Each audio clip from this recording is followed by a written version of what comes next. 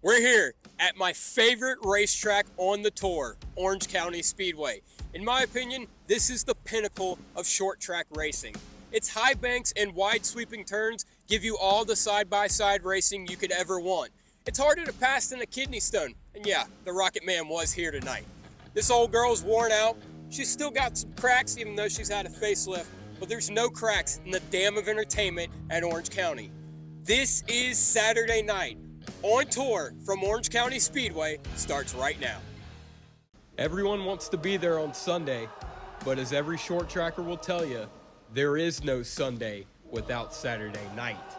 And every week, all across the nation, late models own Saturday night. This is the ballad of the sport's backbone, its hometown, its weekly star, and its greatest racing. This is Saturday night. This is On Tour. Welcome back to On Tour. My name is Buddy Pulley. I head up the late model coverage here on ATYL Media. The Cars Tour was in Rougemont, North Carolina, just over the hill from the Triangle at Orange County Speedway for round 4 of the 2025 season.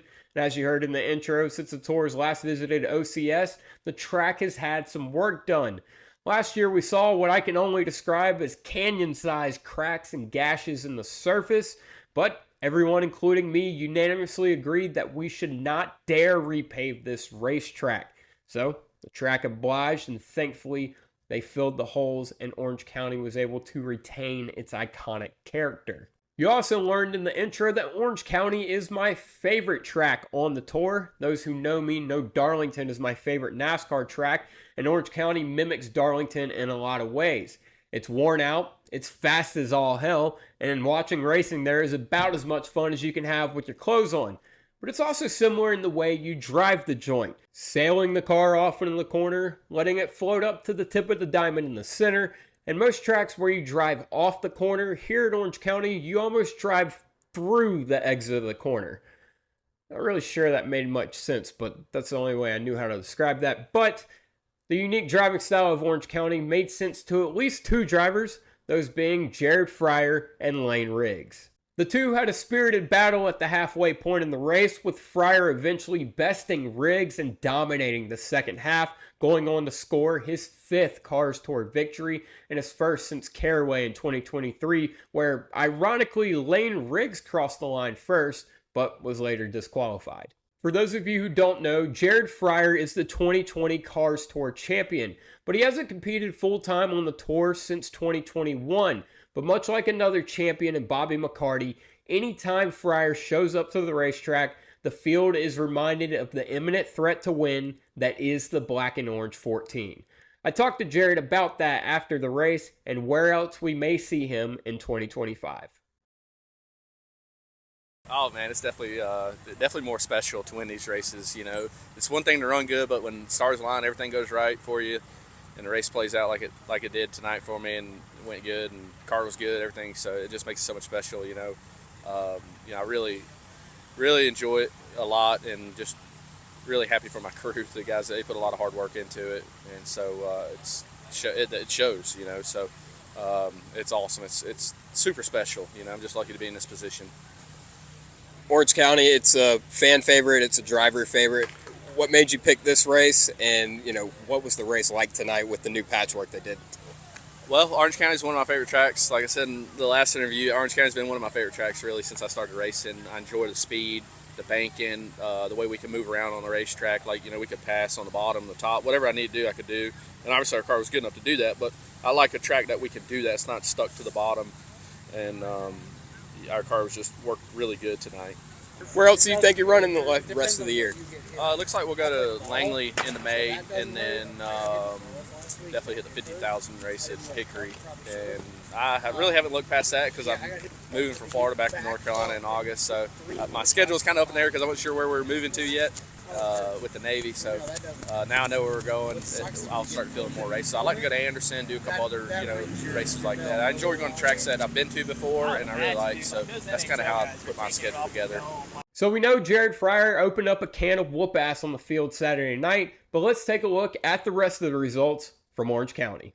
Taking a look at the results from the Folsom Fence Supply 250 at Orange County Speedway, it was Jared Fryar scoring the victory over Cade Brown, and in his first run with Hettinger Racing, Caden Honeycutt rounds out our top three. Lane Riggs dominated early but faded late. He finishes fourth, and Ronnie Bassett Jr. rounds out the top five. Tyler Reif, he started from pole and finishes sixth. Landon Huffman finishes seventh. Chase Burrow with a much-needed top 10. He finishes eighth. And the drive of the day, they say it's hard to pass at Orange County Speedway, but no one told Landon Lewis that. He rebounds from an early crash to finish ninth, and Donovan Strauss rounds out our top 10. Full-timers Connor Jones and Andrew Grady finished 12th and 13th ahead of the Rocket Man Ryan Newman. Others that struggled outside the top 15, full-timers Ryan Millington and Brandon Pierce 16th and 17th, ahead of points leader Connor Hall, who after an early spin ends his top two streak. He could only rebound to the 18th position. Buddy Alves Jr. finishes 19th, and Chad McCumbee rounded out our top 20. Carson Lofton finishes 23rd after being involved in a crash with Doug Barnes Jr., Laney Bice, and Parker Eatman. Wake County winner Minnie Tyrell also involved in a crash and major championship implications there. He finishes in the 26th position. And after his standout performance at New River, Bobby McCarty returns only to finish 30th out with a mechanical failure. Our third place finishers were a familiar driver and a familiar team, but not a familiar combo. After starting the year with Aaron Donnelly, Hettinger Racing through the first three races, had a D&Q at New River, a last place finish at Wake County, and they were absent from the entry list at Cordele. So, looking for a turnaround, they enlisted the help of current Truck Series competitor and reigning Snowball Derby champion Caden Honeycutt. It paid off because they got a solid top three finish. I talked to Caden after the race about his first run in the 71 car and returning to late model stock racing at the site of his last late model stock win. Yeah, we had a really good number 71 Chevrolet Victory Custom Trailer Cook Electric Chevy, so I'm happy with the team, man. I'm tickled for them more than I am myself. I'm happy for them to get a good run, see where they're at in their program, and to try to progress and try to have finishes like this. So I think the only thing that hurt us tonight was qualifying, oddly, because we were really, really good in practice, and I don't know, we just had to figure something out there. So just had a little bit of work to do, and we were really good. Just needed some lateral grip, center exit. We had all the turn in the world, just needed some drive. So, yeah, just happy for the Settinger Racing group, Chris, Jason, and Chase for the hard work this weekend, everyone on that group. So, excited for that, and excited for them to come out with third. State your name and occupation. I'm Andrew Grady, steering wheel holder. I'm an animal lover. I drink PBR. I'm a huge fan of Hoosier tires. Favorite Slipknot song? Wait and Bleed. That's Andrew Grady. This is On Tour.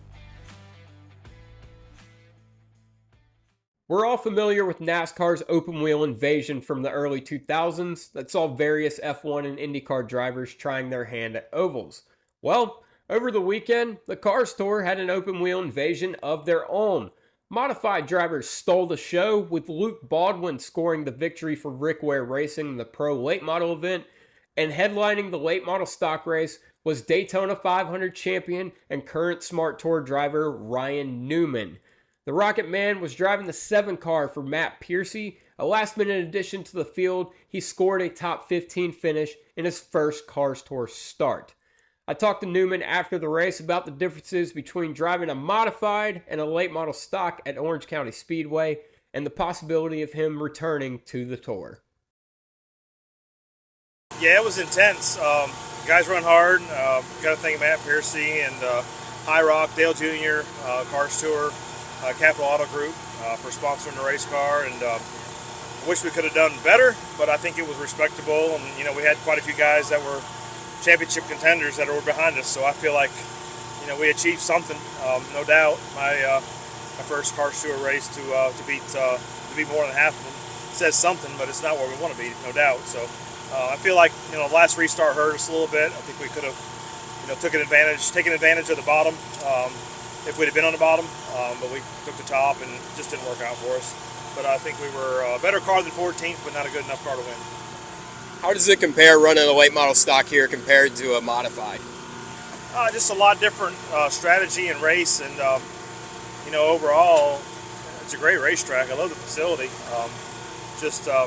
You know, lack of strategy with the Cars Tour and not being able to come in and take a tire and you know, shuffling the track position up, things like that.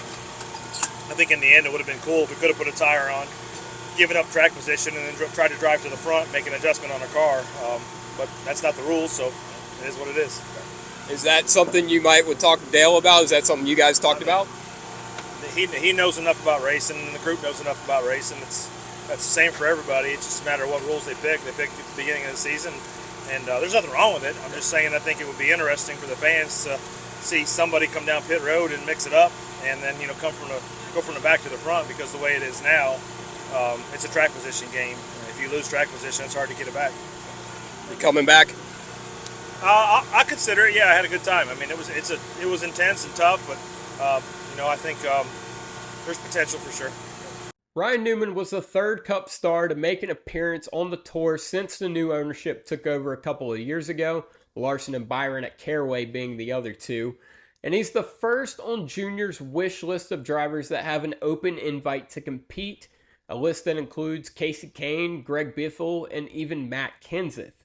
It's important to bring these stars in because it brings new eyes to the series, but it also brings in a new perspective, as Newman alluded to in his interview. And after the frustrating weekend we saw in Cordele a couple weeks ago, I'm sure a new perspective is always welcomed. And boss man Dale Earnhardt Jr. was in attendance Saturday night with boots on the ground monitoring the weekend's affairs. And I will say, whatever new eyes Newman attracted to the series saw a much cleaner show. That's something we'll continue to monitor throughout the balance of this year. That's going to do it for this episode of On Tour. The next episode will be next week, after the Cars Tour race at Ace, so make sure you subscribe and hit the notification bell, and follow us at ATYL Media and at The Buddy Pulley on all social platforms for all at the track content. And most importantly, support your local short tracks, and we'll see you after Ace.